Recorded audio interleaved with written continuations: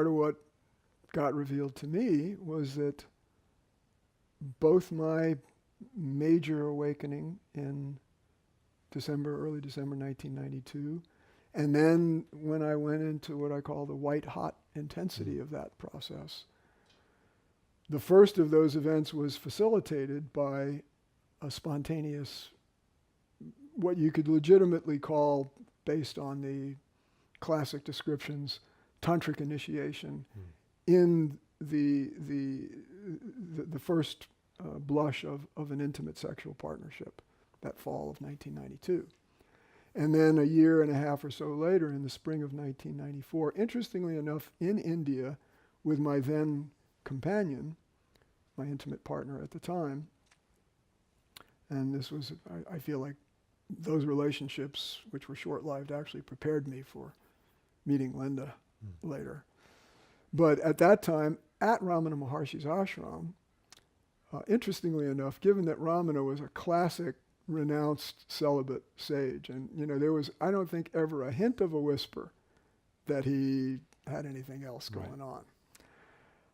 So the ashram there is set up so that only monks can live actually on the ashram or stay there, single people. So if you're with a partner, you stay across the street in the across the street quarters. Like, you don't get to sleep in the ashram, right? No, not quite.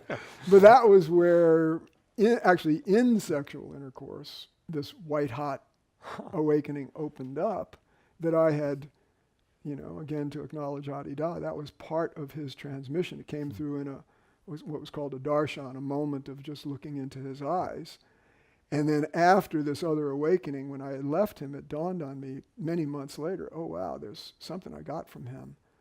I didn't even realize I'd gotten it at the time. My mind was not prepared to be able to remember it until I was activated in and integrated with an essential non-dual awakeness.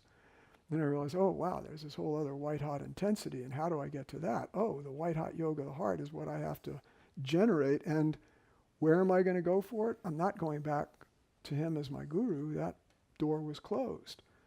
But I knew it was going to come through this dance with the goddess.